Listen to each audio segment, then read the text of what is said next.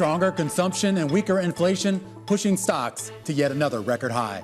Live from Studio 2 here at Bloomberg headquarters in New York, I'm Romaine Bostic. And I'm Alex Steele, and we are kicking you off to the closing bell right here in the U.S. And I promise it wasn't me who spent, okay? I didn't spend to check my budget. But that strong GDP and personal consumption really helped to fuel the record high rally we're seeing yet again with the S&P up 0.3%. Some of the winners, and you can really see that reflected from GDP, is the Russell 2000, the RTY, up by 0.5%, really leading. That's an underlying growth story. I also wanted to point out the airline index because American Airlines, one of the best performing stocks within the S&P, even though, say, Southwest disappointed.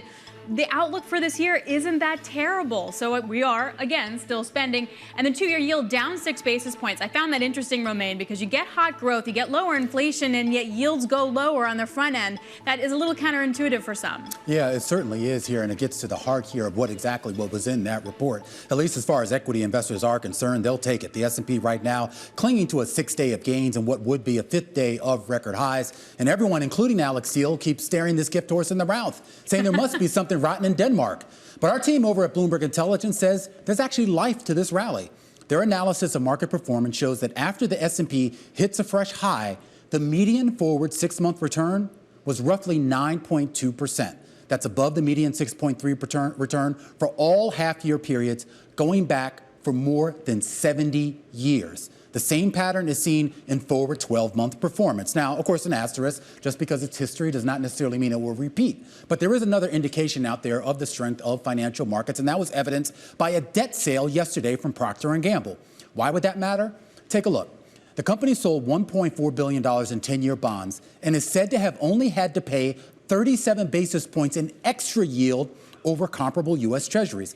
That's the smallest risk premium for a 10-year U.S. corporate bond since at least in the year 2000.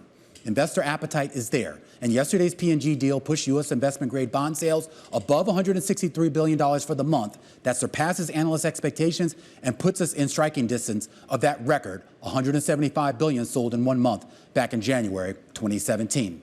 And there's a reason for that tinge of animal spirits.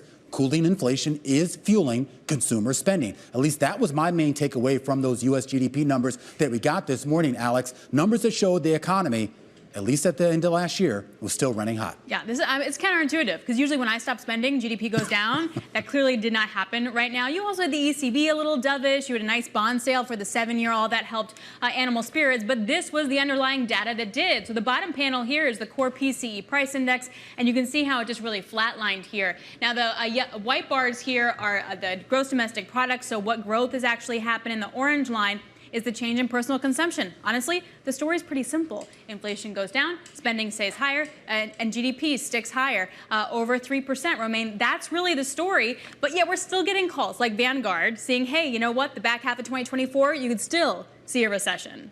Yeah, absolutely. Let's get some insights out of our first guest as we kick off to the close here on this Thursday afternoon. Cam Harvey joining us right now, partner over at Research Affiliates and research associate over at the NBER. And Cam, there's been a lot of discussion here about kind of the conundrum of the health of this economy. You can look at certain metrics, of course, and the economy looks hot, and you can look at other metrics that would seem to suggest that maybe things are softening in a material way here. What's your general read?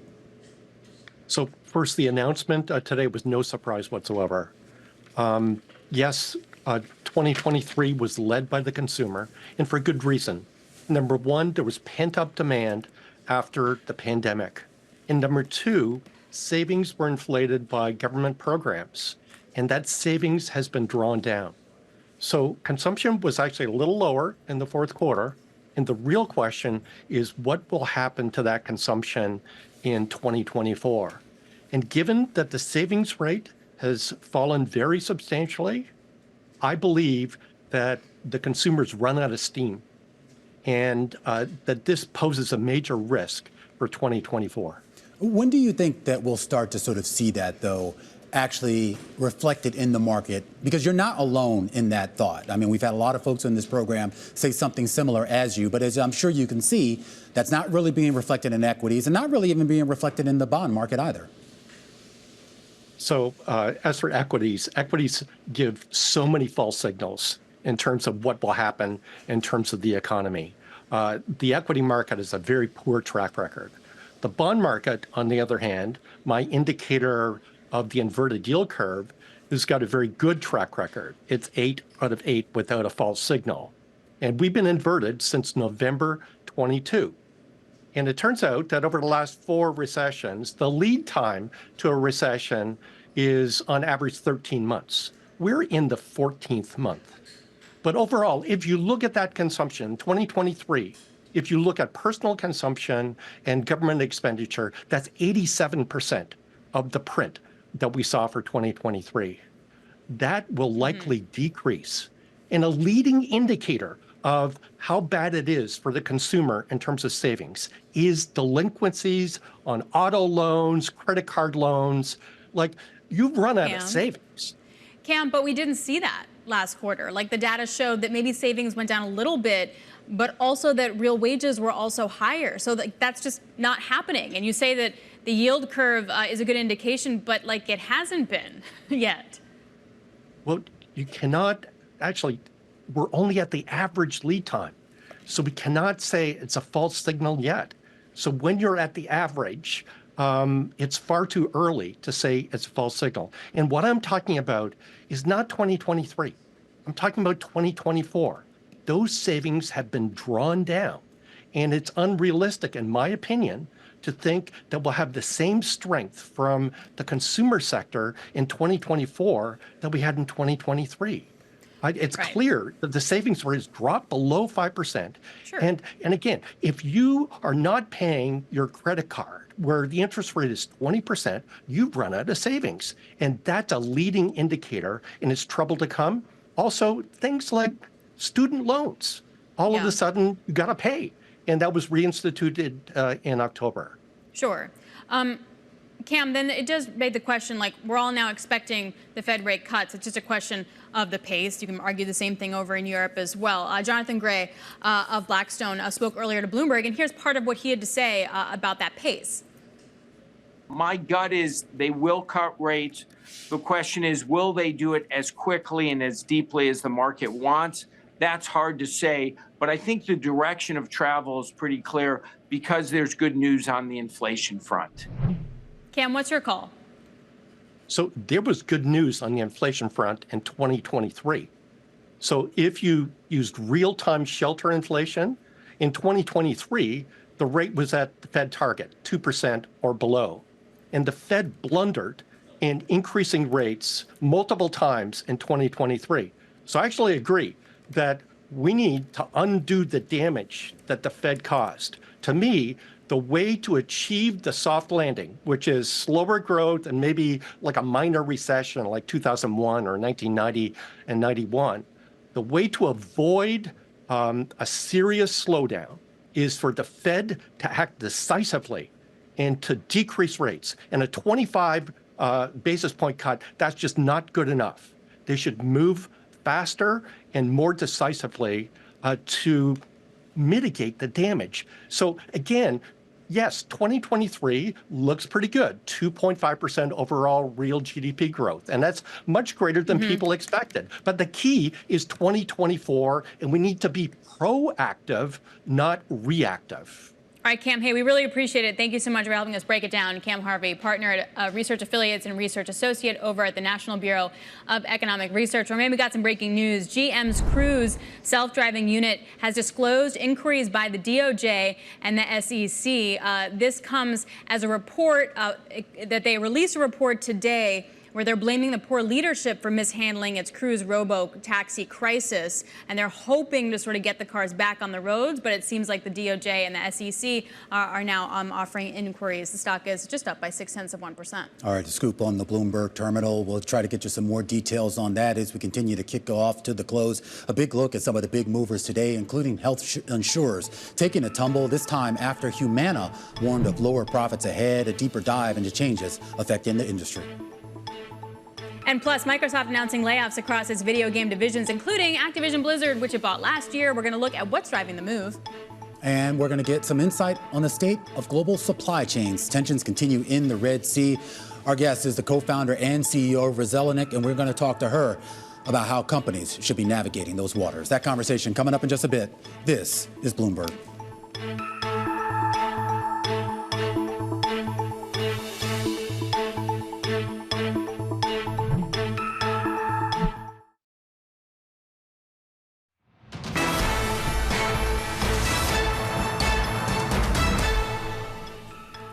shares of Humana plunging after it withdrew its 2025 earnings target. It's the worst performer within the S&P, and this comes after United Health reported higher medical costs for the fourth quarter than Wall Street also estimated. The whole sector facing pressure from U.S. regulators crack down on Medicare billing practices. Joining us now is Bloomberg healthcare reporter John Tozzi. John, why is the market so surprised when United Health said the same thing? Well, and Humana last week warned that medical costs were coming in higher than expected at the end of last year. So they had sort of prepared the ground for investors that there was bad news coming. But when they actually kind of gave their forecast, both for 2024 and their view for 2025, it was much worse than Wall Street was expecting. This gets us to a broader question here as to whether this is just kind of that typical ebb and churn we get, or are some of the things affecting it when it comes to their own costs as well as whatever they get in reimbursements. Is this something that's going to be more permanent and more structural? Yeah, I think that's a question that the market's trying to figure out.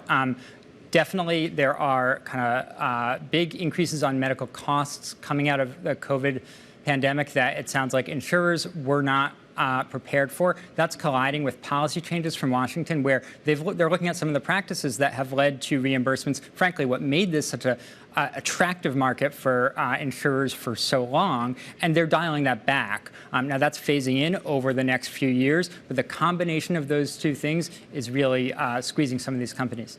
So what does it mean for people who use the plan, like for my mom, who's 81? Yeah, it's a good question. So people on private Medicare Advantage plans may see prices go up. They may see benefits decline as, insurers kind of look at how do they need to readjust, what they're charging for these products to make the profit margins they expect. Is there any chance that maybe policy shifts? I mean, we are, of course, in the middle of an election season, and the two presumed candidates have somewhat differing opinions here as how to approach this market. Yeah, I mean, I think, if there's a change of administrations, it's hard to know kind of what that would mean. I think, investors might read it as more positive for private Medicare plans, but, there is, I think, just a lot of questions of what that might look like. The Medicare agency has kind of phased in payment changes over the next 3 years, starting in 24. That's all kind of in motion. We'll see if any of that changes, based on the political situation. I mean, it just also shows like how broken the whole thing is. Like, how do you fix it? Like, I mean, have you ever seen when you get the bill where it's like your service costs this much, your insurance pays this much, and then the rest is just like forgiven? Oh yeah, it's insane. Yeah, it's always laughable because I never even know where to breathe either. It's like, oh, you broke your finger, it would have cost you $300,000, but good luck. We actually, only had to pay, $50,000 for it. Yeah. So I mean, at the essence, like, that's the problem, right? Like, how do you fix that? I mean, I think that's a broader problem in the U.S. healthcare industry, particularly with private plans. Not so much particular to Medicare Advantage, but yeah, I mean, I think in general, if you look at the cost that we as a country pay for healthcare, part of what is squeezing Humana and some of its rivals is that there's I think, a consensus that, we pay more than Europe, we pay more than most developed countries, and the government and taxpayers pay a lot of that. So, if your business depends on those revenue streams, whenever there's sort of pressure on, fiscal constraints, that's a risk for your company. All right, John Tozzi helps lead our healthcare coverage here. A closer look at Humana's second biggest decliner right now in the S&P 500. And I sort of chuckled when you brought up that example, Alex, because I was interviewing none other than Fat Joe, the rapper, last month. And he actually brought this issue up. Oh, he did? Yeah, and he was just talking about that. And I bring it up not to make fun of him, but the idea that everyone knows this. Everyone knows it's kind of a scam. Everyone knows that these numbers are all just whatever the insurance companies decide they want those numbers to be. The fact that we don't have more transparency and, more importantly, I guess maybe a little bit more consistency in what's being charged and how is a big flaw in our health care system. And that you have to like charge that much just so you get reimbursed that much. Like that. It's a game. I mean, yeah. But then again. And you talk to doctors, and it's not even just the insurance level. You talk to your own personal doctor, and they'll tell you they have to play that game as well. Right. And also that's why people don't want to be doctors anymore. Yeah. They also can't get paid. Like it's a whole different thing. But we do have better health care. Yeah. Well, that's more innovation. That's why I'm working here. All right, coming up here, a deeper dive here into some of the big movers of the day, and of course, a big report coming up after the bell. Intel set to report. We're going to talk to a sell-side analyst about how the chip maker performed in 2023 and what Gelsinger has in store for 2024. That's coming up next here on The Close. This is Bloomberg.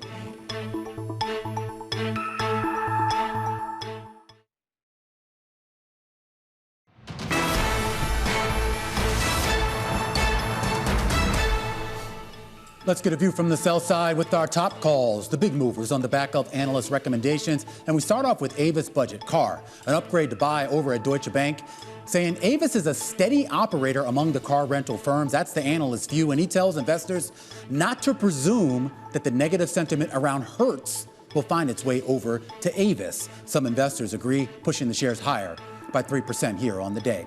Next up, we got to take a look at Boeing, getting cut to neutral over at Bank of America. This comes on the heels of that FAA ordering a freeze in production of the 737 MAX jet. Analyst Ronald Epstein expects the move to delay Boeing's delivery goals by roughly 1 year.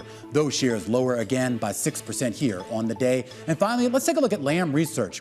Bank of America actually lifting its price target to $9.70 from $9.15. This after the chip equipment maker's fiscal second quarter results and the third quarter outlook beat expectations. In fact, at least 7 different analysts raised their price targets here. The analysts here now basically saying this is a return to normalcy after that big sector-wide downturn. And Lam is going to be well positioned to benefit from cyclical demand for the next few years. Those shares getting a pretty healthy bid, 2.5% higher on the day, and those are some of our top calls. Let's turn from one chip-related company to another. Intel, set to report after the bell tonight. Investors, of course, will be keeping an eye out on those personal computer sales and any indication that Intel is making gains against rival NVIDIA. Angelo Zeno joining us right now, senior equity analyst over at CFRA. He has a hold rating on the shares. And before we get to, I guess, some of the performance in the most recent quarter, Angelo, I am curious here about the outlook for this company, the sort of longer-term turnaround plan that Gelsinger has been trying to articulate and, I guess, trying to execute, even though we haven't not necessarily seen those results show up in the actual results. Yeah, no, I think that's a great question. And listen, this is Gelsinger took over in February of 2021. If you actually look at the stock performance since he's taken over, it hasn't done nearly as well as some of their peers or the broader semiconductor industry, so the likes of NVIDIA and AMD and what have you on the compute side of things. But, you know, Gelsinger really took over a bad hand and kind of some really bad management decisions in prior years. So we do think he's making all the right moves here in terms of kind of turning the ship around for Intel here over the next couple of years long term. But that said, again, it takes a lot of time. The company is burning significant cash flow, but it's in terms of kind of management execution here on the manufacturing side of things, it's kind of been exactly as he kind of pinpointed when he first kind of took the helm. And I don't think there's any reason to really doubt him as you kind of go into 2024 and 2025. Not necessarily doubting him, but when you look at all the shine that his competitors have gotten, particularly given all the hype around AI, I'm sure he wants a little bit of that. Yeah, no, he absolutely does. And the fact that he was given that bad hand, right, he's kind of gotten this late start in many respects in terms of being able to kind of capitalize on some of these initiatives, whether it be kind of, you know, specifically on the Gen AI side of things. So, you know, I do think kind of the bigger opportunity for this company is more along the lines on that foundry manufacturing expansion plant, kind of being more of that geopolitical hedge against, you know, Taiwan and China. But again, you know, this is kind of, if you're an investor, and he said this off the bat back in 2021, he told investors, you've got to be patient here and kind of, you know, ride through it. And that's really what investors kind of have to do at this point. Angelo, on a base level, just go to PCs for a second. Has the PC market bottomed, and do we get real signs of that today from Intel? No, it has. I mean, you kind of look at the last 3 quarters here. We've seen sequential improvement in each of the last 3 quarters. You know, if you think that Q4 was another kind of positive step, which we think, a lot of it has to do with the fact that they did undership significantly in 2022 into early 2023. You saw some seasonal improvement in the second half of last year. I think the question right now on the PC side of things is, of course, whether or not that momentum can be sustained in 2024. Do we see some sort of PC refresh cycle on the education and the commercial side of things? We do think there's a slight uptick, let's call it 3 to 5% growth here in 24 off of those easy comps. But, you know, at the end of the day, yes, we have seen kind of a bottom. The worst is definitely behind us on the PC side of things. So to that point, I feel like as Romain was kind of alluding to, they're in a structural shift in the industry then when it comes to AI, right? But there's still the cyclicality of this business, right? 3 to 5% growth, like that's not that exciting. That's something to write home about, but that is a cyclical part of the business. How do you value an Intel based on those two structures? Yeah, I mean, you look at Intel here, 85% of their revenue really coming from PCs and data centers, right? Data centers clearly actually kind of been the bigger issue for the company here over the last couple of years because of the market share loss from AMD, because of the structural shift on the AI side of things, where NVIDIA really kind of taking kind of a bigger wallet share of that market. So as far as Intel is concerned here, we think actually a big part of the story here going into 2024 is whether they can stop some of that bleeding on the server side of things, whether we can get some sort of rebuild on the server side here in 2024. We think you will to an extent. Won't be significant in nature, though. But the competitive side of things is important. When we look at the valuation for Intel, we did increase our target price to $50 here. It is based on a PE multiple of about 19 times. A big part of that has to do with that foundry initiative that they're looking at. As long as the company can continue to showcase that they are taking some new customers on that long-term, foundry initiative, it should be able to sustain a stock price around these levels. But in terms of the upside, given where the multiple is right now and the fact that they're going to continue to burn free cash here in 2024 because of the foundry expansion plan, it's hard to justify, much upside from these levels. That's a fair point. Angela, thanks a lot. Angela Zeno over at CFRA. Right. I mean, if you spend more money, your margin's not going to be great. Well, that's what I'm really curious about. And they've always had, even despite some of their troubles, relatively healthy margins, maybe not quite on par with what you're seeing at AMD and NVIDIA and others, but we're still talking about 40+% on a gross margin basis here. If that's going to come down, and of course the costs are going to go up here, are investors willing to sort of give Gelsinger, I guess, a little bit of a longer leash to execute this vision? I bring that up too with Angela because when we saw the ASML earnings, what was it, a couple days ago, and they talked about how their orders had tripled, right, or something? Really was that good. the number? Really good. Well, I mean, one of their primary customers is Intel. So what I really want to hear after the bell is what are they buying from ASML and why? Right. And I guess what that end market is to that at the end of the day, right? Like, or at the end market, how strong the end market is to let them to justify those orders from ASML. Anyway, it'll be really interesting. We also get Visa, which I'm pumped about. Also Capital One as well. All right, coming up, we're going to talk. You're a Visa customer? No. No. That's why I'm into it. Bindia Vakil, co-founder and CEO of Rezilnik. Her insight on the state of global supply chains as tensions continue in the Red Sea. This is The Close on Bloomberg.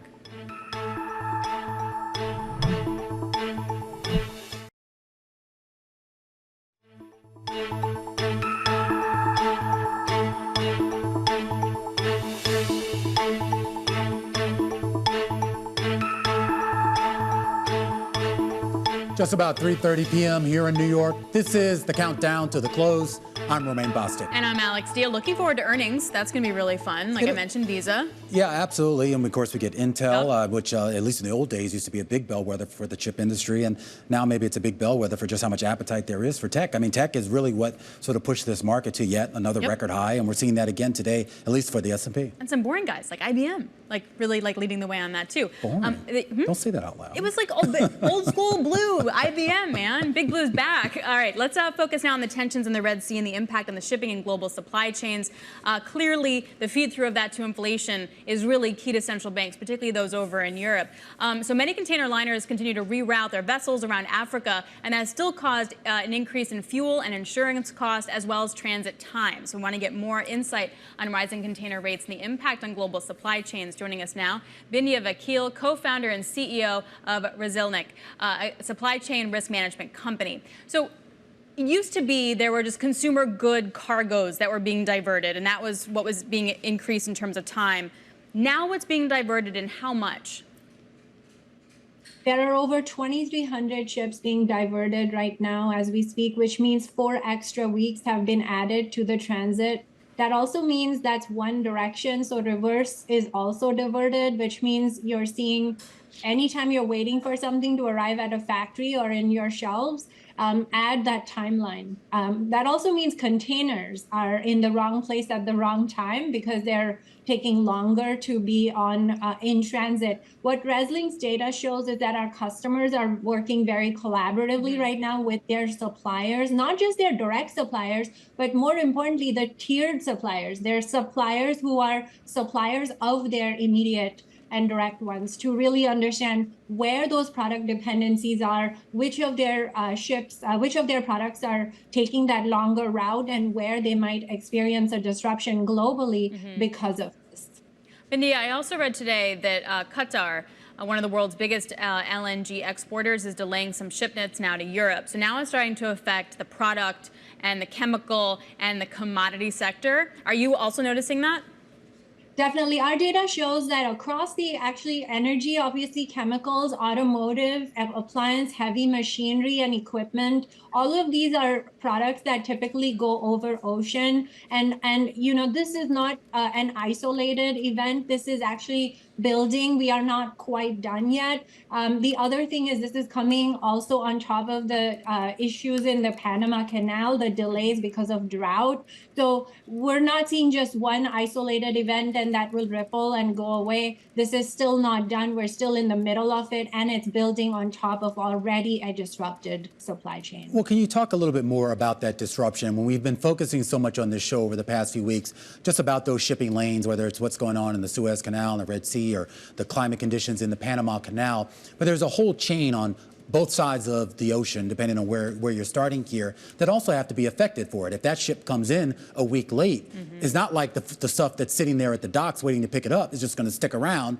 and wait for it to pick up. So what happens at that end when we start talking about the ports themselves and, more importantly, those final miles from the ports to our shelves? Yeah, we saw this again in 2021. This is a little bit better than 2021 so far because we're going into this crisis with a little bit higher levels of just-in-case inventories. But still, having said that, this is a little bit of that repeat where we had a container shortage, we had all the crisis in Shanghai, containers were in the wrong place, wrong time. That also meant rail cars were delivering things, and we had product piling up at ports, waiting for the rail cars to be around to pick them up. So this does ripple through the supply chain. A lot of companies right now really trying to understand who, not just their direct suppliers, but who the suppliers are, because they might not realize that they might have a shipment waiting at the Red Sea. So on the ResLink platform, we're seeing our customers work extensively across the multiple tiers of that supply chain. Well, that's what I'm curious at. Do you feel like your clients, and for that matter, some of the other folks maybe that aren't your clients, that they learn lessons from the pandemic, not just in terms of either, whether it's nearshoring, but just having a better grasp of that supply chain and the ability to, I guess, pivot should you start to see material disruptions there? Absolutely. The industry has learned from this. We are not going back to business as usual. Obviously, reshoring is a big trend, as well as people talked a lot about realigning inventories, balancing a little bit of the just-in-time, just-in-case. We're never going back to just-in-time. Obviously, just-in-case is also not viable, so we're coming to a nice balance there.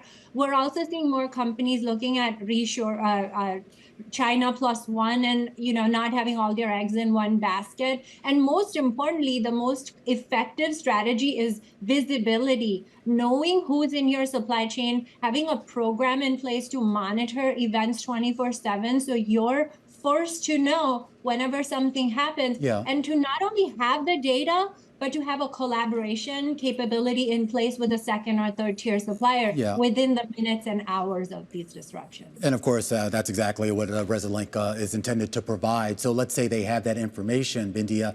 I mean, how quickly can you pivot? Let's say you find out that one member of that supply chain is just down for the count for whatever reason. How quickly can those clients adjust to find someone new? Honestly, within hours of the disruption. And what's really powerful is when you have this data, you can do this for a supplier who may not ever have shipped anything to you directly, who's 2 or 3 tiers removed from you. And the power of that is you still have 3 months of inventory on your books while you're fixing a problem. If you hadn't been aware of it and you hadn't been directly in contact with that supplier in that second or third tier, you might be walking into a disruption 4 months down the road completely blind. This is the power of visibility, and this is the power of supplier collaboration. All right, Bindia, always great to talk to you. Always great insights here. Bindia Vakil there. She's the co-founder and CEO of ResLink, a supply chain risk management program used by a lot of big companies, including General Motors, IBM, which you just called boring, by the way, and a few others here. But it gets to that idea here that the disruptions are always going to be there. I mean, in 5 years, it'll be something other than the Red Sea or something other than COVID. But the question is, how quickly can you pivot to sort of make the changes to get your goods? Which then leads to me, the broader question is, is this inflationary? And if it's inflationary, then for how long? Because if you have to sort of rethink where your inventory line is, that's going to cost money to like uproot a factory and build it somewhere closer to you or to diversify. That could be inflationary. Or you stick to where it is, but then you have these spikes and then you have to manage it.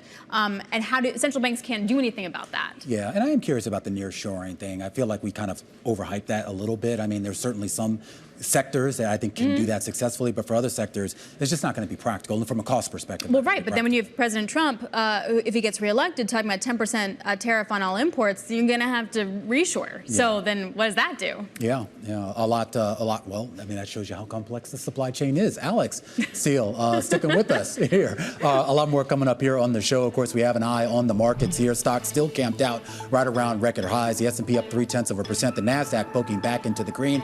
Microsoft also getting a modest bid. We just learned that they're cutting costs by laying off more than 1,000 workers from its Xbox and gaming unit on the heels of that Activision deal. It's our stock of the hour. An explanation coming up next here on The Close on Bloomberg.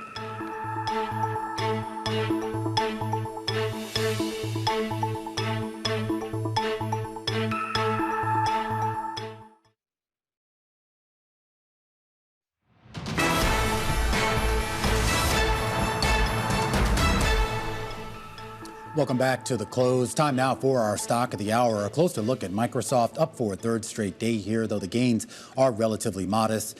We did learn a little bit earlier that Microsoft is said to be cutting about 10% of its gaming staff. This is just months after closing its acquisition of Activision Blizzard. Abigail Doolittle joining us right now to talk a little bit more about this. All right, let's start with first off with the layoffs, I should say, or cost cuts here. What exactly are they doing? Well, they're laying off 1,900 people, or about 8% of their gaming staff. It shouldn't be too surprising given the fact that they did make that $69 billion Activision Blizzard acquisition last year. So they're trying to eliminate overlap and that type of thing. I think what is surprising to some people about this is the degree of layoffs. Some experts are saying that this is more people than they were expecting. And also the mechanics of it. There seems to be some chaos. Apparently not everybody who's being laid off already knows that today, but they're being told that by the end of the day that they will know. In addition, it's the C-suite. They actually laid off two. That was interesting. Yeah, President Mike Ybarra and then Chief Design Officer Alan Adam.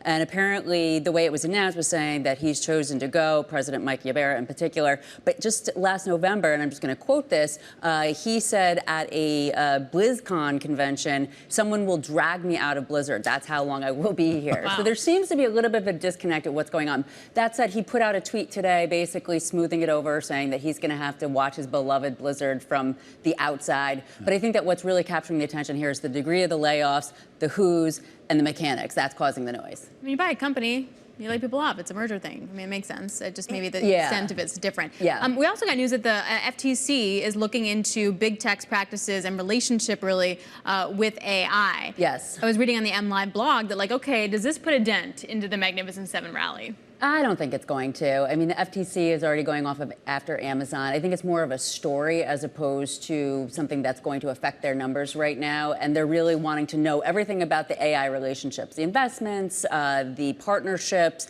And Microsoft, of course, has a very big relationship with OpenAI. In 2019, it was initially a $1 billion investment. Reportedly, it's swollen closer to $13 billion, and it values OpenAI at $29 billion. But it's, basically the FTC saying that there's this new frontier of the AI. They want to make sure that the big tech companies that are putting the money in the infrastructure, that they're not going to have undue influence. One other quote from Lena Khan, who I think is really pretty impressive, the chair of the FTC, we're scrutinizing whether these ties enable dominant firms to exert undue influence or gain privileged access in ways that could undermine fair competition. These are the early stages. This will be going on for years. All right. Well, a modest bid to Microsoft today here, but I think it's really less about the layoffs and more about AI and the promise of that.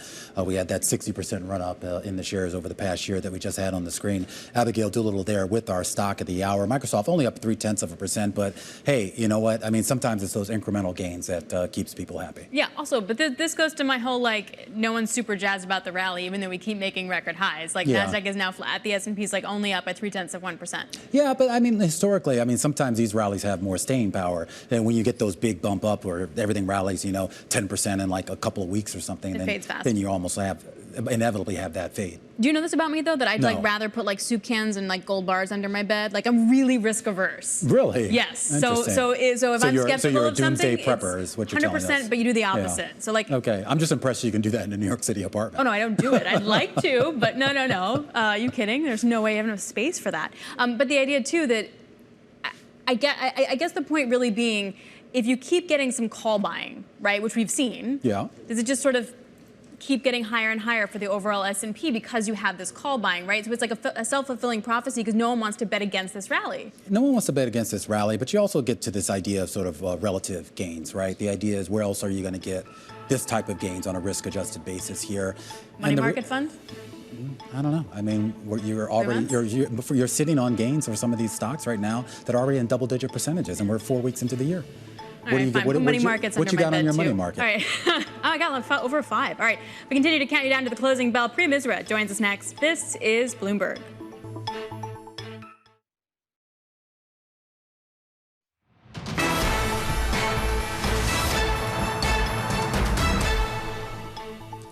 This is the countdown to the close. Romaine Bostick alongside Alex Steele. 10 minutes, Alex, until we get to the closing bells. And a bit of a repeat of what we saw over the last few days. Modest gains, but you know how this works. If you hit a record high one day and you're up 0.1% the next day, that's still a record high.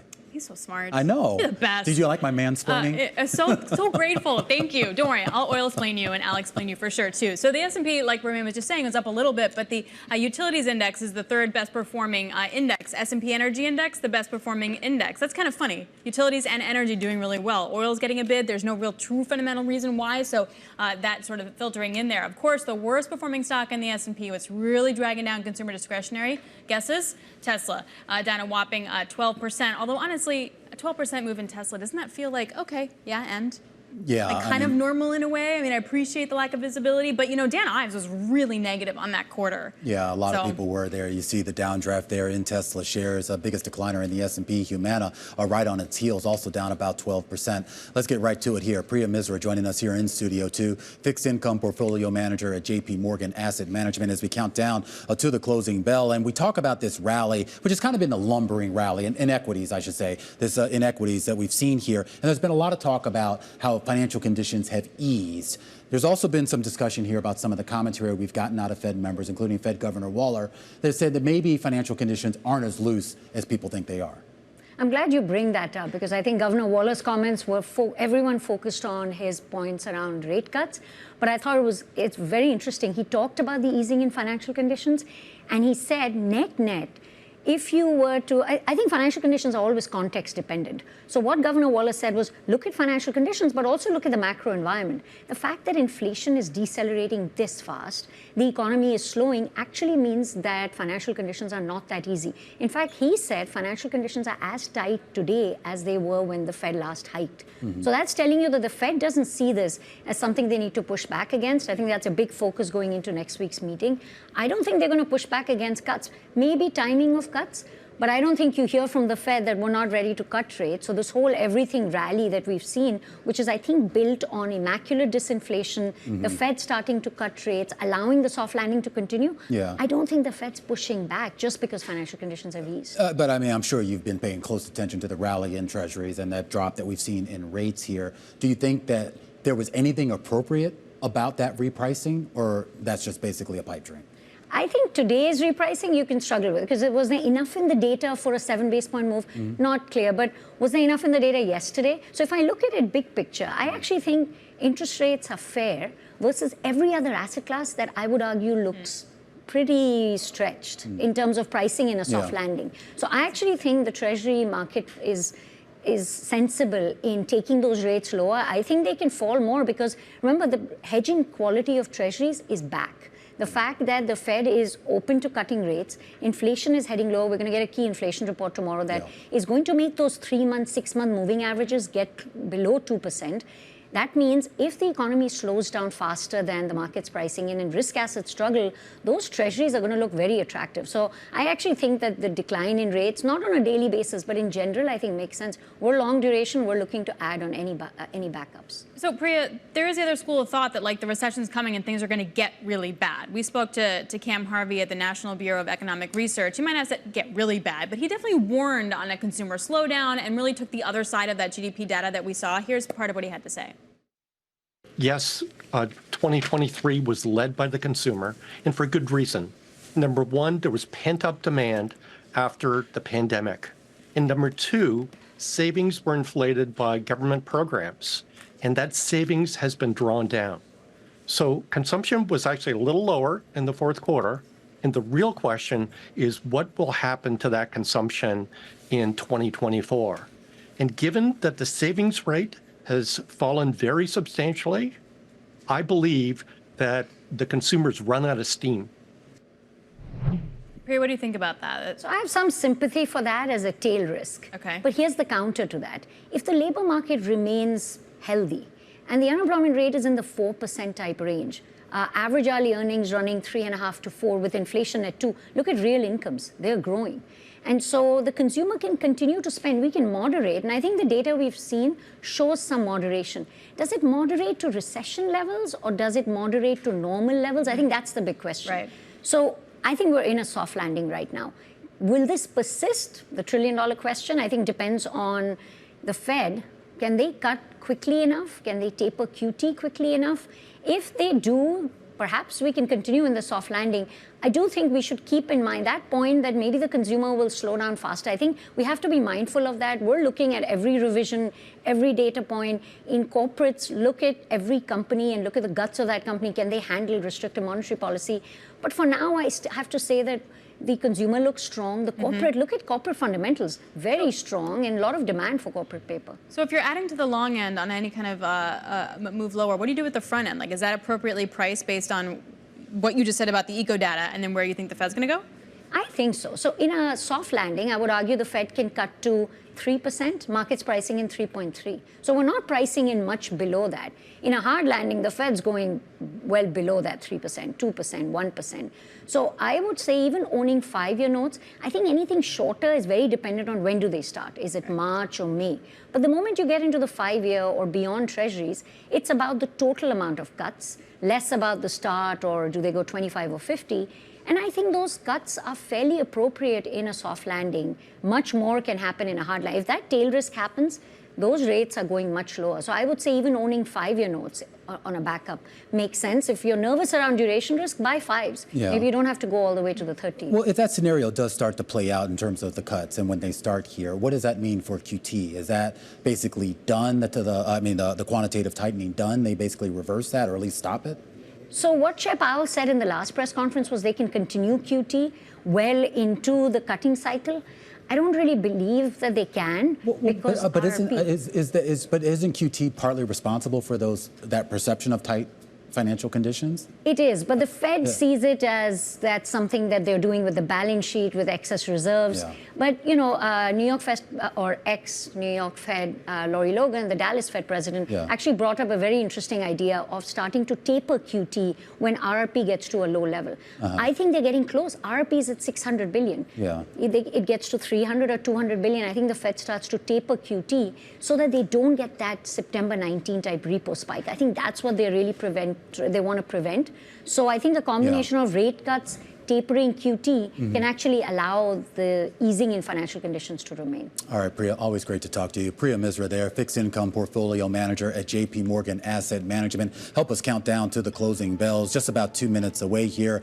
Stocks looking like they're going to end the day in the green. A fresh record high for the S&P here, up about 0.5% here on the day. Yields moving lower across the curve. Our full market coverage right here on Bloomberg starts as we take you to the bell and beyond. Beyond the Bell, Bloomberg's comprehensive cross-platform coverage of the U.S. market close starts right now. And And right now, we are 2 minutes away from the end of the trading day. Romaine Bostick alongside Alex Steele. We're counting you down to the closing bell, and here to help take us beyond the bell. It's a global simulcast, joined now by Scarlett Fu here in our TV studio, Carol Massar and Tim Stenivik on Bloomberg Radio. A welcome to our audiences across all of our Bloomberg platforms. That includes Bloomberg Originals. And yes, Carol Massar. Yes. Those folks who are still streaming this on YouTube. Yes, they are. And so I'm looking at some outperformance in the airline space today, guys. I mean, I feel like the major equity averages are kind of bouncing around a little bit, but check out the S&P Composite Airline Industry Index. It's up. Say that 5 times. Yeah, no, apparently I can't even say it once. It's up about 3.8%. And so it's thanks to what we got from American Airlines, and Southwest Airlines, Alaska Air, basically all of them coming out with upbeat news, and that really lifted the overall sector. Okay, so we chatted with Greg Halter over at the Carnegie Investment Council. We asked him, okay, what's the outlook look like for 2024? He said, well, their clients are still getting over the performance of 2023, and they want to know, okay, if 2023 was so good, what is 2024 going to look like? He thinks it's going to be a good year, and he's really bullish on the larger names, excluding Tesla. He made a point of saying that, but he still thinks there's room to run for the big tech companies right now. Yeah, room to run, and of course you see that reflected in the market movements today. The S&P 500, yet another record high. I know Alex is not a big fan of this rally, but it's been a stealth rally, and it's continued to power on. What did the rally do to you, Alex?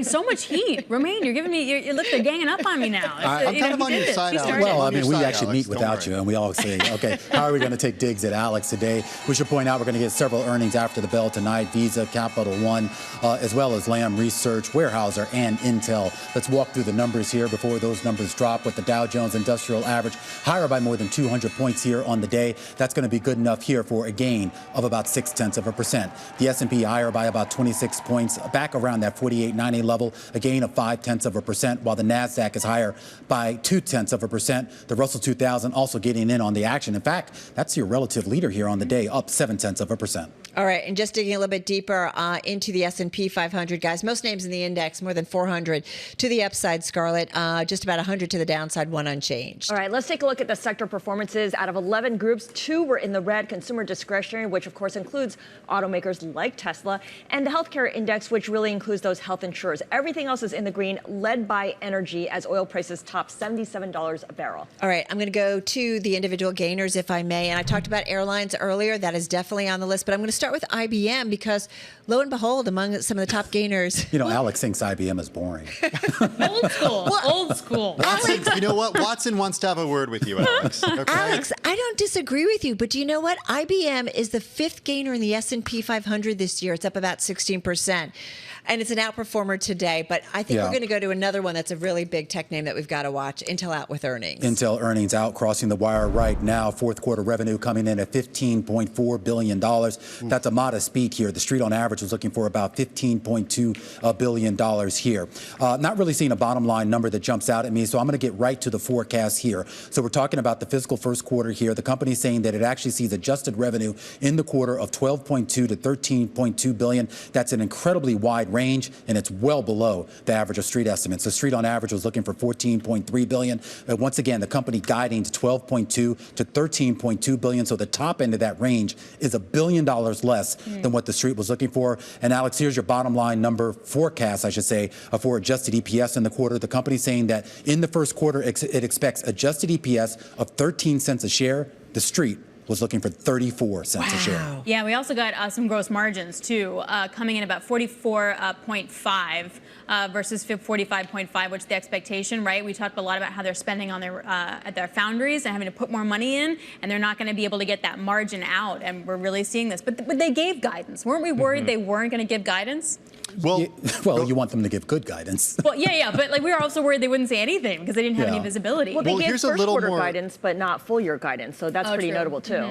Okay, so a little more visibility into 2024, and we'll get more on the call. But Pat Gelsinger in the press release saying in 2024, we remain relentlessly focused on achieving process and product leadership, continuing to build on our external foundry business and at-scale global manufacturing, and executing our mission to bring AI everywhere as we drive long-term value for stakeholders. And some other commentary on the outlook as well. It expects to unlock further efficiencies in 2024. So in other words, more cost cuts, and on track to meet goal of 5 nodes in 4 years. Is that AI speak What's nodes? Well, this is the big project that they've been working on, a project that at least investors would have liked to have seen probably rolled out, I don't know, maybe like 3 or 4 years ago. But of course, this is the big bet that Gelsinger's making here. If he can get that done, that's good. But then the other question is the uptake here. When are you actually going to see the customers gravitate to that? And remember, when they started this was before the AI hype, guys. So there's a lot of attention now on an AMD, on an NVIDIA as being sort of the salvation here for anyone sort of looking into that space here. Are they going to look to Intel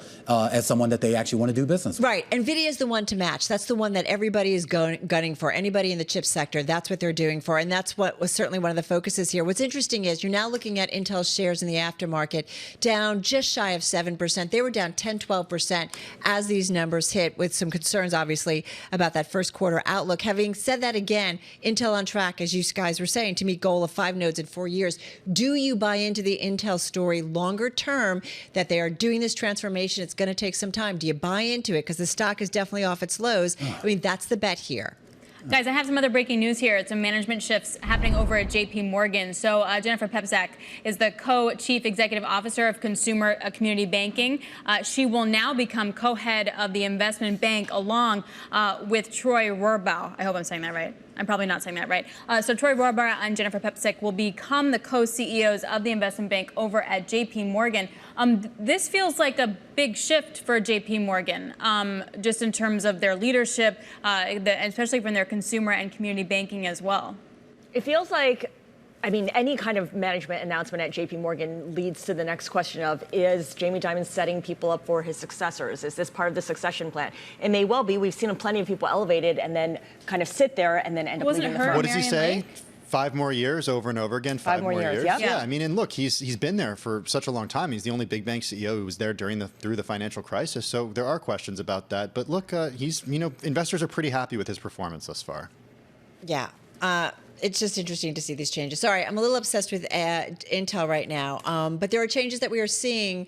I mean, these are big news, in terms of some of the people changing on Wall Street. I feel like a lot of it happens at the beginning of a new year. But, one headline I just want to mention in terms of Intel, they're talking about this 5th generation Intel Xeon to ship with the OEMs, the original equipment manufacturers, early next month. This is part of their AI play. And so this is what investors want to know about. Maybe this is why the stock is coming up off of its lows. And that's what people are going to focus on when the company releases its earnings call as well. I just want to shift our attention to Capital One, which just reported earnings as well. Fourth quarter adjusted EPS of $2.24. Missing the mark here, analysts were looking for $2.66. Net revenue of $9.5 billion comes in slightly higher than what was anticipated, which was $9.45 billion. And in terms of net interest margin for the fourth quarter, 6.73%, just slightly above the expected 6.71%. And fourth quarter total deposits meets analyst estimates of $348 million. Capital One, a little different, obviously, than Visa and MasterCard in that it is a bank holding company, and so it does take deposits. And there are a lot of questions, of course, about the deposits, especially following last year's regional bank crisis. Yeah, absolutely. You take a look there at Capital One. Actually, before we move away from Capital One, I see Visa earnings crossing the wire right now. If you want to hit that as well here, it looks like those numbers coming in slightly above estimates. EPS here in their fiscal fourth quarter, $2.41 a share. The street was looking for $2.34, and that's on an adjusted basis. Revenue also a slight beat, $8.6 billion. Street was looking for basically 8.6, 8.57 to be precise. Okay, we look to Visa for an understanding about how the consumer is doing. Visa processed transactions at $57.5 billion. That's up 9.5% year over year. That came in just shy of estimates. We can 57.77, so kind of meeting estimates. Total Visa processed transactions, though, up 9%. Operating expenses down 5.8% year over year, coming in below estimates, Alex. But that's the thing, is if you travel, right, and you're going overseas, the revenge travel, that's going to definitely benefit Visa. Another headline crossing here, Levi Strauss, as they announce earnings, they're going to cut up to 15% of their corporate staff. That's after their adjusted earnings actually misses estimates, Romain. Yeah, absolutely here. And this gets back to the thing. I mean, how many job cuts were we talking about today? Of course, over at Microsoft, some of that might have been related to the acquisition with Activision, but we heard from a few other companies. And of course, there were all those layoffs we saw in the digital space. Real quickly, guys, I do want to go back to the tech sector, back to chips. KLA out with this results, a big chip equipment maker here, a big miss there. 466 to 586 is the forecast they're giving for their fiscal adjusted EPS. The street was looking for 583, so the bottom line, the bottom end of that range, well below street estimates. Yeah, stock down about 5% in the aftermarket. We're continuing to keep a watch, too, on another big player in the semi-space, Intel, which is down just shy of 6%, so it's off its lows. All right, a bunch of earnings. For all the details, head to Bloomberg.com if you missed any of the details. But that's a wrap for our cross-platform coverage on this Thursday. Radio, TV, YouTube, and Bloomberg Originals. We call it Beyond the Bell. We'll see you again tomorrow. And we continue our coverage right here on Bloomberg. A deeper dive into Intel, the company out with its results just a little while ago, and the initial reaction here in the market is decidedly to the downside. Its results in the most recent quarter missed on several key metrics, and its forecast coming in well below what the street was looking for. Kujan Sobhani joining us right now, Bloomberg Intelligence senior semiconductors analyst. What was your first impression of this report?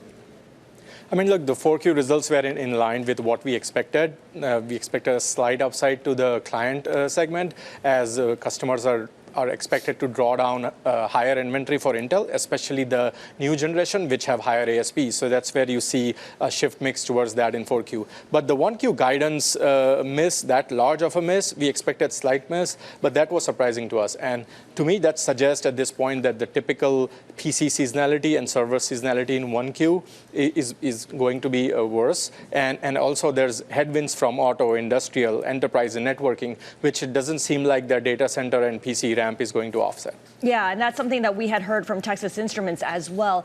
Kunjan, help us put this into perspective. For those who are not knee-deep in the intricacies of the semiconductor industry, what does it mean when TSMC gives a fairly optimistic outlook, and then you have Texas Instruments and Intel unable to follow up with that? I mean, look, both of these companies are the majority shareholder in their space, so they're sort of a bellwether. So they do get impacted a lot by the macro. Now, what it means is, like, look, for Intel specifically, the first quarter, second quarter is typically not a seasonally strong PC quarter, right? And all this hype around AI PCs, we think, is going to start showing up barely beginning second half of 24. So the first half of 24 is going to be weak, and they have to suffer through that before the second half of 24 you start seeing server come back, their new server chips ramp, etc. This gets to a broader question here about what's going on in the industry overall and what's specific to Intel and some of the other companies here, because as Scarlett alluded to, when you hear, let's throw ASML in there as well. A lot of people saw that forecast and that outlook for that company, and they say, okay, well, this must mean that the customers, i.e. the Intels of the world, are somehow ramping up their own production in anticipation of something big. Not necessarily seeing that in this report. Maybe the conference call gives us a little bit more clarity on that. Yes, and there's a timing play here, right? Like when we look at those forecasts, they're talking about more of 2024 year, which most industry experts believe 2024 to be a growing sector for semiconductors. But right now we are talking about more of a near-term, one-quarter timing versus the year timing. So there's timing at play. We again think as we get into second half 24, you'll start to see the sort of earnings reports and guidance align with what TSMC and ASML have said. I want to ask you about cost cuts. Intel says it expects to unlock further efficiencies in 2024. Which part of the business is going to bear the brunt of that? I think the non-core businesses, which are not growing, would typically see the brunt of that. So definitely not the AI PC, not the sort of server business, but more sort of towards the industrial, networking business and the PSG side of the business. All right. So, Kujan, great to catch up with you here. A closer look at Intel. The share is off the lows here in after-hours trading, but still down by about 6% here. Of course, the big number here is that sales forecast for the first quarter, a range of 12.2 to 13.2 billion. The street, on average, is looking for about 14.2, Scarlett. And it gets to the broader question here about that turnaround plan. Mm-hmm. I understand people want to give Pat Gelsinger a little leeway here, but it's been a couple years now. It's been a couple years. And we're still looking for some articulation of when we're going to see that rebound. And looking at the stock in after-hours trading, it is down, but keep in mind that this is a stock that had gained 54% since its last earnings report. So those recent gains kind of put it in a position where it had to really deliver on some of the expectations that were built into the share price. And when it doesn't, you see the big decline. All right, we're going to stay on this story. We're also going to take a deeper dive into AI in just a bit, but we do want to go back to some breaking news that we got just a few minutes ago. This involving J.P. Morgan. Chief Executive Officer Jamie Dimon Dimon, moving around some of his top lieutenants here. Shonali Basak joining us now on the phone, our Wall Street beat reporter. Shonali, walk us through this. Two big changes here for two very important people, Shonali, and a lot of speculation as to why they're being moved around. Yeah, absolutely. Every time you see a release this expansive with so many names being put out by JP Morgan, you wonder where it falls in the succession story. So I want to point out a couple people in particular. Jennifer Pipsack, who had run the Consumer and Community Bank alongside Marianne Lake, she is now being moved to a more institutional business. She's moving over to become a co-CEO of a commercial and investment bank alongside Troy Rorba, who has really been rising up the ranks quite meaningfully at JP Morgan. Remember, this is a very competitive time, Romaine, for the markets businesses across Wall Street. And investment banking and markets are two power engines at JP Morgan. It also brings Jennifer Pipsack back to her roots in some ways in that business, but in a very, very senior role as a co-CEO of that business. Remember, she's one of few women across the industry as well to be leading such a massive investment banking business at that scale. And, you know, what's interesting, too, is you'll have now Marianne Lake as the sole CEO of the Consumer and Community Bank, which is that big card business, and the business more tied to households. These two women are very closely watched in the line of succession. And now just another thing, a new thing really added to Jennifer Pipsack's ranks here in her portfolio. Yeah, and it's worth mentioning as well, Marianne Lake, the former CFO of JP Morgan, so she's kind of made the rounds in terms of these top C-suite positions. Walk us through the main people we should be watching here. You mentioned, of course, Jen Pipsack. You've also mentioned Marianne Lake. There's also Mary Erdos, who we need to kind of keep in mind in terms of the possible successors to Jamie Dimon. Yeah, certainly so. I would say that lately there's definitely been a lot more conversation about the other two women who have been rising around the ranks. Remember, when you're JP Morgan or any other bank for that matter, giving people a chance to oversee different businesses is very important here, which is why so much of Wall Street, so many investors are watching how Marianne Lake and particularly Jen Pipsack at this point are being moved around. One big worry about JP Morgan is what JP Morgan looks like without Jamie Dimon, because he's built such a massive bank that tends to lead in so many different businesses. They want to see whoever his successor will be able to keep JP Morgan number one, and if not number one, at least number two in most of the business lines they're in, which is why this breadth of experience matters so much in terms of moving people around as they're planning their succession story. Well, the good thing is if you have a Bloomberg terminal, you look at the organizational structure there, they certainly have a deep bench, Shonali, as I'm sure you know. The big question is who actually comes off that bench and replaces Dimon when he's ready to go. Shonali Basak, our Bloomberg Wall Street beat reporter here with the latest news coming out of JP Morgan, a reshuffling of a couple of top lieutenants there. Jen Pipsack now heading off to the investment and institutional side of the business. Marianne Lake staying behind as the sole CEO of the consumer business. We do want to turn our focus back to the world of tech, the world of chips, and the world of AI. We learned a little bit earlier that the FTC here in the U.S. has launched an inquiry asking Alphabet, Amazon, and Microsoft to provide information about their investments and partnerships with artificial intelligence startups. This includes OpenAI. It comes at a time of increasing concern about the fairness and accuracy of information being delivered to us through AI. Joining us right now is a pioneer in this space and who has really taken a lot of time to really study here just how much this affects us. Sophia Noble, she's a professor of gender, African American, and informational studies at UCLA, the author of Algorithms of Oppression, and she joins us right now here to talk a little bit more about this. Sophia, as I'm sure you know, where we stand right now in the AI hype cycle did not happen overnight. This has been a long time coming, and there's a lot of questions right now about government and regulators and really just some side of oversight catching up to where these companies have gone. Microsoft is way out ahead of this. A lot of other companies that we named, including Alphabet and Amazon, are also way out ahead of this here. Is it too late here to make some sort of meaningful guardrails in place? It's great to be here, and I will tell you this is a very important conversation to be having right now. I don't think it's too late for us to be pursuing guardrails because as technology changes, we will need to continue to have laws that keep up with it. Certainly, the United States has been one of the slowest companies to regulate, I think, in the tech sector. There's been kind of a free-for-all. You could even say that the United States has been a safe haven or a safe harbor for some of the worst and most dangerous kinds of technologies and web companies.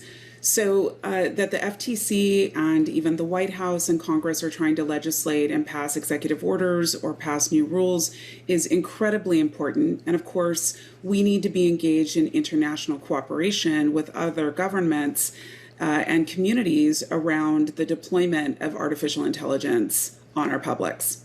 There does seem, at least here in this country right now, to be some sense of urgency to do something, particularly in light of the election coming up. And we've already gotten some anecdotal reports here of AI being used to dupe voters into believing one thing versus another here. You've spent your career really studying kind of the effects of social media and the internet and how it sort of, I guess, shapes, sometimes in the wrong way, our perceptions of things right now. When you look at the power that these companies have in terms of their own capabilities with AI and other techs related to that here, is that power to a certain extent absolute? Well, you know, the problem here is that the companies have such an outsized voice and amount of power in our societies, and they have really served to weaken public institutions that might serve as a counterweight.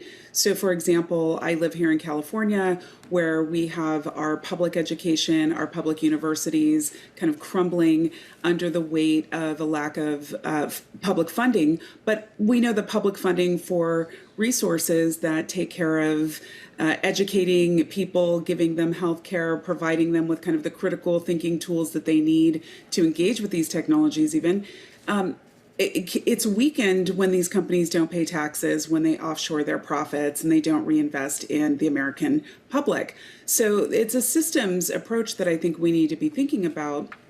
Certainly, the companies have outsized power, not only because they are under-regulated and in some ways they feel ungovernable, but we don't have the resources that we would need to kind of strengthen our ability to both make a good policy, but also have extremely educated public to deal with them. Right. So, Sophia, I'm looking again at the FTC statement, and it's issuing orders, subpoenas, seeking information about AI investments to all these big tech companies. Is Lina Khan and the FTC asking the right questions? They're giving the companies 45 days to respond, but it seems like they're looking for a needle in a haystack here. I think that Chair Khan is actually doing the right thing here in that what she's trying to understand and what the FTC needs to understand is the degree to which there is complete monopoly control by a handful of companies. And the way you know that is by looking at kind of the vertical and horizontal holdings of these companies. So that's very important. We know, for example, that there's a long history of Google and Meta acquiring companies and then putting them out of business.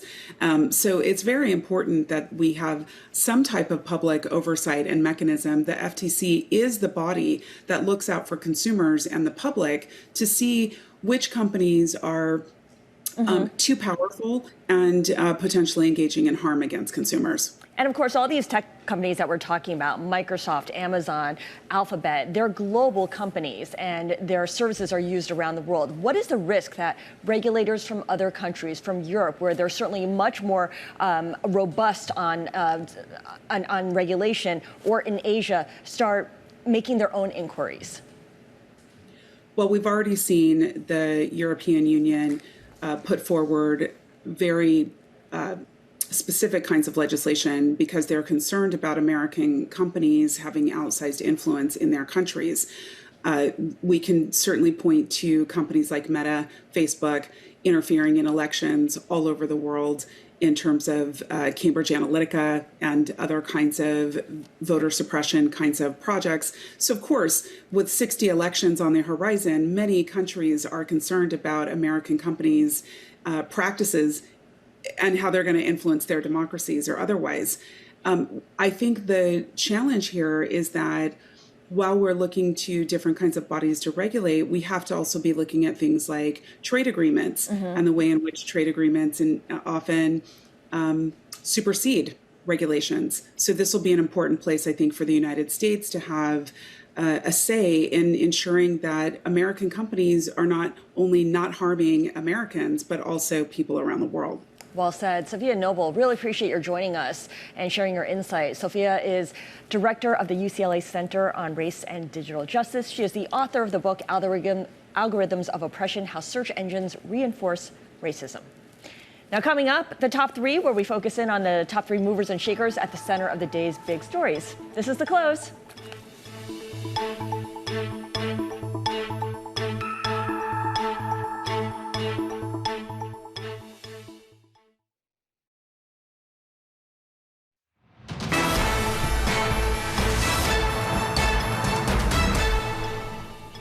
It's time now for the top three, a snapshot of the people at the center of the day's top stories. And I'll go first. The first person we're watching is John Gray. We spoke with the Blackstone president and CEO after their earnings.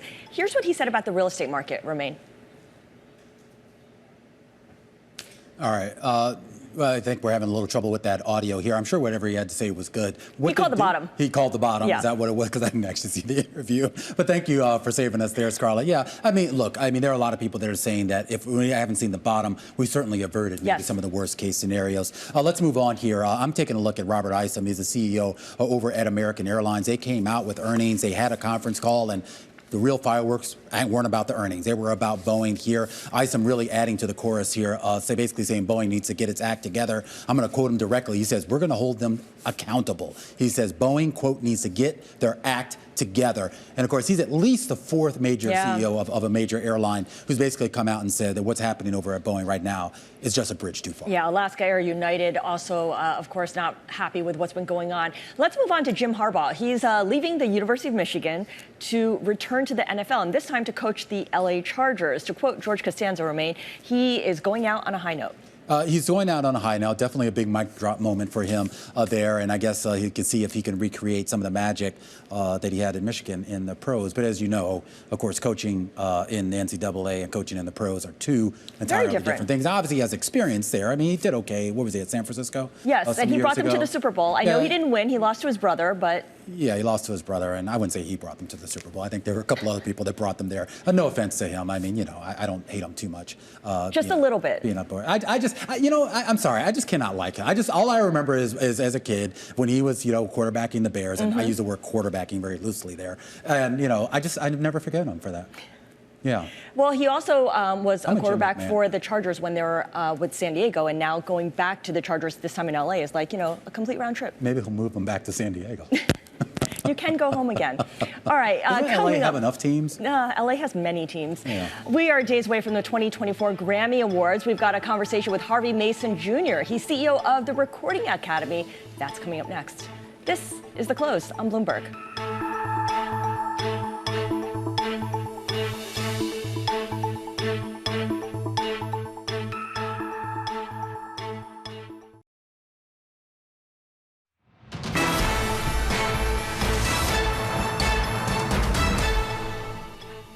Skydance Media head David Ellison is offering to buy National Amusement from the Redstone family. Bloomberg sources say that this move is being viewed as a way to take control of Paramount Global, which runs some iconic brands like MTV, Nickelodeon, and CBS. So let's bring in Chris Palmieri. He is Bloomberg News team leader for media and entertainment with more insight.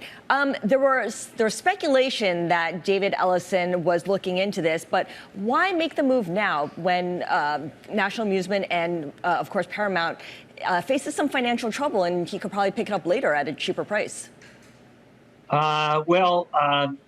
There's no certainty that he's going to be able to get it later. It's a very complicated transaction, and it involves, first of all, convincing Shari Redstone and her family to exit this company that they have 77% of the controlling stock of. And it involves other transactions, likely a merger with his Skydance Media independent studio, which would need extensive negotiations with Paramount and its board. So it's a long, involved process that we've been reporting on for months, as others in the industry have. David Ellison, of course, is the son of Larry Ellison, founder of Oracle. Does that mean Larry Ellison is involved in this potentially in some way? He is. He's an investor in his son's Skydance company and is believed to be one of the backers. Will likely require more cash if they ultimately agree to buy the Redstone's family holding company that controls Paramount.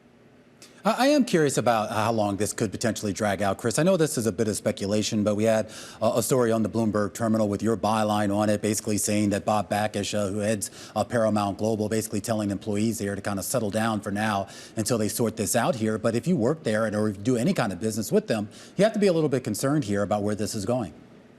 It's very disruptive, and I think that was the point. Bakish had a town hall with employees today to tell them that there's a whole lot going on in the media industry, even absent this, deal speculation. The traditional TV viewers are shifting to streaming. Advertising has been weak on those big networks, and so they've got to figure out a way to make the streaming business profitable.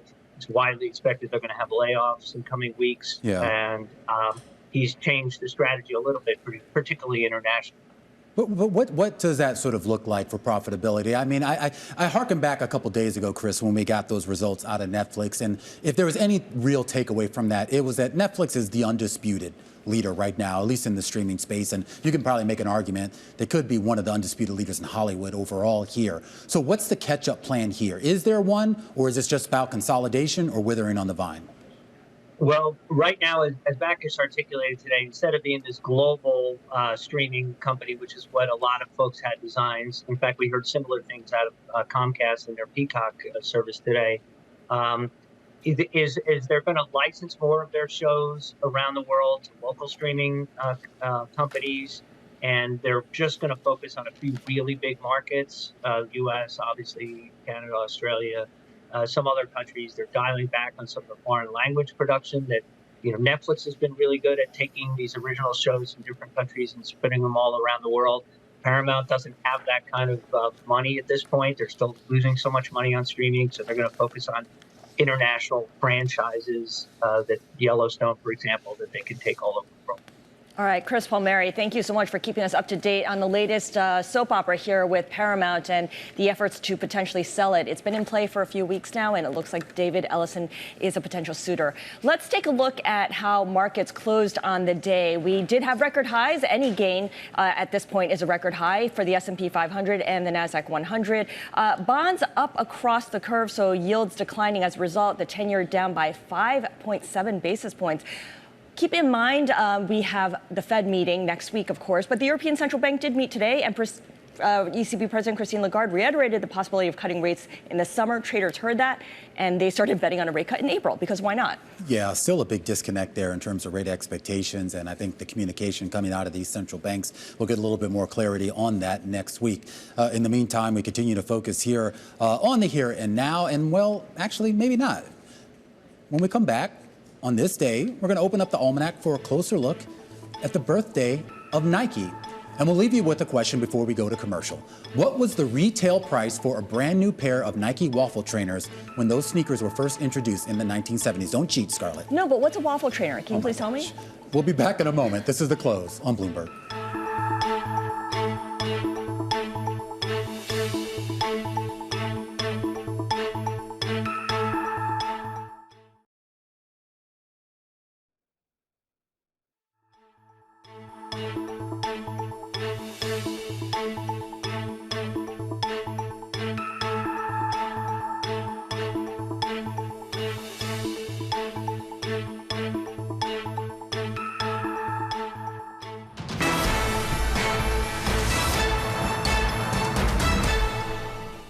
Welcome back. It was 60 years ago today when Phil Knight and his former track coach Bill Bowerman founded a sneaker company called Blue Ribbon Sports.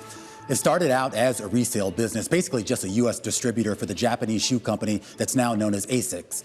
But after about 8 years of peddling someone else's shoes, Bowerman experimented with a household waffle iron to create a rubber sole that was light, but that could still grip onto the grass. Originally, it was called the Moon Shoe, and it would morph into the now iconic waffle trainer, and the company name, Blue Ribbon Sports, morphed into the now legendary Nike. The waffle trainer officially debuted in 1974 at a price of, get this, $3.30 a pair. Growth was explosive, and by 1980, Nike accounted for 50% of the U.S. athletic shoe market. We spoke with Nike co-founder Phil Knight a few years ago about the company's success. We took advantage of the running boom, which became a jogging boom, which became a fitness boom, and we've benefited from all of that. And that brings us to our big number of the day, $60,000. Just yesterday, the hyper-limited Louis Vuitton Nike Air Force One low collaboration went on sale for a rich list price of $60,000. No joke. And I bring up the Louis collab because the real case study of Nike's success is not necessarily the shoes it made in and of themselves, but how it marketed those shoes to the world. Slick advertising campaigns, athlete endorsement deals, and yes, those ridiculous but attention-getting limited edition collabs. It's the foundation of a consumer juggernaut like no other, and it's a business model copied several times over.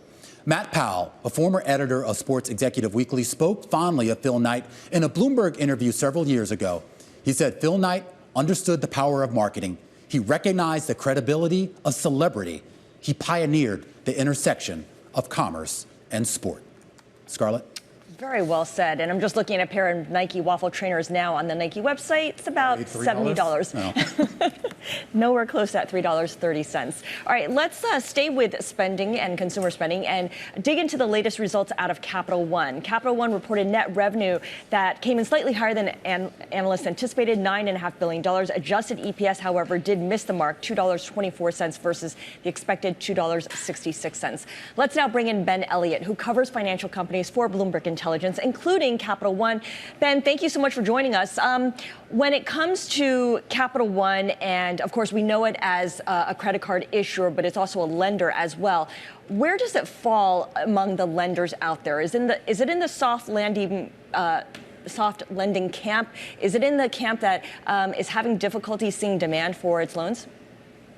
Yeah, so Capital One is notorious for sort of choosing not to give long-term or medium-term forecasts, but they're somewhat of a sort of middle market kind of subprime lender. So I would say that they are probably hopeful for a soft landing. They're reserved for something worse if that were to materialize. But so far, their charge-offs are trending, I think, quite well. And I'd be interested to hear more on the call at 5. So when we talk about this idea of where not just consumer spending, but the balances that some of these folks are carrying, the service costs related to those interest rates, we haven't seen a huge uptick yet in loss reserves at Capital One. Is that how I'm interpreting this? I think that's right. I think that they would say that they've been provisioning for the past 4 or 5 quarters. They're reserved for a 2001 to sort of 2008 level loss rate. So, if you compare their sort of their card reserve ratio, like close to 8% relative to 5% charge-off rate, I think they'd say they're adequately reserved, especially given most card lenders are seeing peak losses coming around 1H of this year. Okay, we mentioned credit cards, we mentioned lending in general. What about auto lending? Is it looking for growth, or what will it need to do in order to look for growth in that part of the business? Yeah, Capital One actually, they were sort of well ahead of the game. They kind of stepped back from the auto market when a bunch of kind of new fintech companies were coming in. They were making loans that were sort of not rationally priced relative to where the Fed funds rate was. So Capital One saw that, and they've been pulling back, and their auto loan book has been declining for the past several quarters. So, the CEO said they're starting to see more opportunity there, and the price is back in the market. So.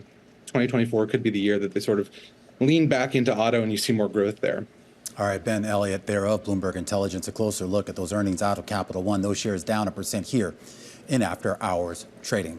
All right, we want to pivot from that to the world of entertainment. The 2024 Grammy Awards will air on the CBS network in just about 10 days. It's hoping to keep the momentum going after a 31% increase in viewership from the year prior. Joining us right now for more is Harvey Mason Jr., an acclaimed record producer and writer for a lot of great acts over the years. You might have heard of them: Justin Bieber, Whitney Houston, Stevie Wonder, just to name a few. For the last 4 years, he's been the CEO of the Recording Academy. Pleased to say he joins us here on the big program. Harvey, great to have you here. Let's start off first talking about the actual telecast itself. There's been a lot of discussion here about whether we even have an appetite anymore, as you know, the royal we, appetite anymore to watch these award shows, whether it's the Grammys, Oscars, Emmys, whatever here.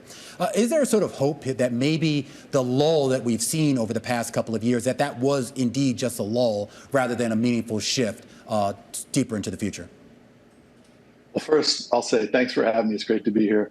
Quite a significant pivot from lending to the Grammys into music. So, way to make that smooth. As far as the viewership and the focus on entertainment, whether that be awards shows or other TV programs and TV content, there have been cyclical hills and valleys through time. Right now, we're seeing an uptick in our audience, but what we're really excited about is how consumers are taking in our content on a multiplicity of platforms, whether that be digital, streaming, traditional television, socials. And that's something that we like to take a close look at and see where are our consumers, where are our audience, and make sure we're finding and reaching them there. How difficult is that to do in this environment? I mean, Harvey, as you know, I mean, certainly, for a generation that's maybe a couple of years removed from us, it's just so fragmented how they get their music now. Not a couple generations removed from me, maybe you, I don't know. It is difficult. There's so many distractions. There's so many different ways people are consuming their content. And there are things that are pulling them this side and that side. But music is special. Music is unique. Music has such an impact and a magic ability to draw people in, number one, and then to unify and bring people together. So for us, the Grammy show on February 4th, this next Sunday, is a time for people to come together, to celebrate, and to showcase the excellence in music that's happened over the last 12 months. And a new platform, I guess, has emerged in that you have concert movies, too. Taylor Swift and Beyonce, both, of course, turning their tours into theatrical releases last summer and doing a great job with it in terms of the tickets sold. How does that fold into how folks in the music industry need to think about live events and what does get eyeballs? Well, music people are creative, we're resilient, we're fighters, and they're always going to find the next way to monetize and amplify their music. These concert films and actually the live venue concerts that we've seen over the last year have been prolific. It's been incredible what they've generated in revenue and ticket sales, but also awareness of the brands. Beyonce, Taylor have both used that to release movies. We've always had a category that encompassed films about music, but we've changed the definition, we tweaked it a little bit, and so now you're going to see, I think, more and more of these happening and us celebrating them more accurately. So excited about it. Yeah, you also have some new categories as well, I believe. For instance, Best African Music Performance. Can you tell me a little bit about what catalyzed that? As an academy, we try to listen to our membership. We also try and see ahead what's coming around the next corner, what music scene is bubbling. And we've seen a lot of incredible talent and amazing music coming from the continent of Africa that would consider for African performance. And so this is a category we're excited to celebrate. You'll see the artists, the writers, the producers that are creating this music are, as I said, extremely talented. You're seeing major pop stars and other genres collaborating and featuring on these artists' records and songs. So we see this as an exciting opportunity to recognize music is coming from everywhere. The borders are coming down. It doesn't matter the language. It doesn't matter where it's created. People want great art and great music. Are we going to see that, though, and actually reflected in the awards given out? Harvey, I'm sure you're aware of a lot of the criticism coming from artists themselves, particularly from some of those genres that at one point were kind of on the margins. Think, rap, obviously, probably the biggest one. But there are a lot of other ones in there that they just feel like, hey, we're making great music, we have great audiences, but we're not necessarily getting the recognition or at least the spotlight out of the Grammys, whether that's some of these other categories that we just had on the screen here. So how do you sort of make sure, not just that there's a category for them, but they are actually getting a fair shake at things like Best Album and Best New Artist, et cetera, those sort of broad categories that goes across genres? We have to do a better job and continue to evolve everything that we do to make sure that it is equitable and it's fair for all music people. And that's something that I'm really serious about, and the Academy is very serious about. It comes down to, and I don't want to go too far into the weeds, but I'll say the membership drives everything that our Academy does. So we have to make sure our membership is representative of all the genres that we want to focus on, that we want to feature. We also have to remember that we are a not-for-profit organization. We produce a television show that needs to attract audiences. And every dollar that we get, all the money that comes in revenue goes back out into the music community in the way of programs. That's Music Cares, that's education, that's our museum, that's advocacy. All the things are paid for by this show and the popularity of the show. So a lot of people are benefiting from the show, and we want to make sure we continue to make a great show. I have a follow-up question to what Romain had just asked about making sure that those who deserve the nominations get them, or the awards for that matter. The voting process is, there are some questions about it. Some Grammy voters have confessed that they don't do their due diligence and listen to all the nominated albums before submitting their votes. Do you think that there's a bit of a trust issue? And if so, how do you go about rebuilding that? We've been working really hard to rebuild it. That's a great question, though, because over the last 5 years, we've requalified all of our voters. Every single voter has now had to prove that they are a relevant and contemporary music maker, a professional in the industry. So we hadn't done that in previous years. Also, we're making sure that voters are voting in categories that they actually know. So you're restricted to voting in 3 fields. So you don't have somebody who's an expert in classical deciding best rap album or vice versa. So there's a lot of work that's been done over the last 3-4 years. I'm actually quite proud of where we are. We still have room to go and areas that we can improve in, and we'll see what the outcomes are this year, and then we'll continue to find ways to get better. All right, Harvey, really appreciate your joining us and giving us a preview of what's to come when the Grammys do roll out. Harvey Mason Jr., CEO of the Recording Academy, and of course they will air the Grammy Awards in the coming days. Romain? All right, still ahead here. We're going to set you up for the big events here that could move the market over the next 24 hours. Stick with us. This is The Close on Bloomberg.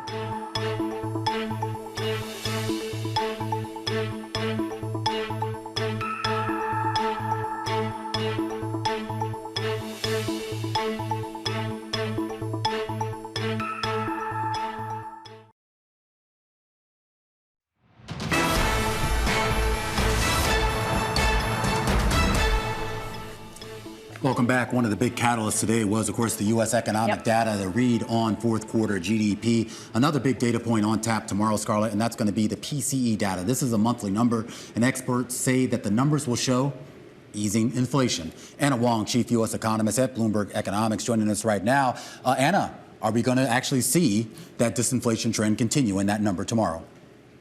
Yeah, so I think the Fed will be paying especially attention on the core PCE on a six-month annualized basis, and we are expecting that number to fall under 2%. So in fact, the numbers are showing that inflation is on the fast track to get to the Fed's 2% target. So just simply on disinflation progress basis, we don't even need to see further cooling in the labor market. I think the disinflation data alone is sufficiently strong to build a case for a March rate cut. Okay, so the disinflation trend is intact. Yet, as Romain mentioned, we got that fourth quarter GDP number, which wowed a lot of people. It was much higher than what anyone had anticipated.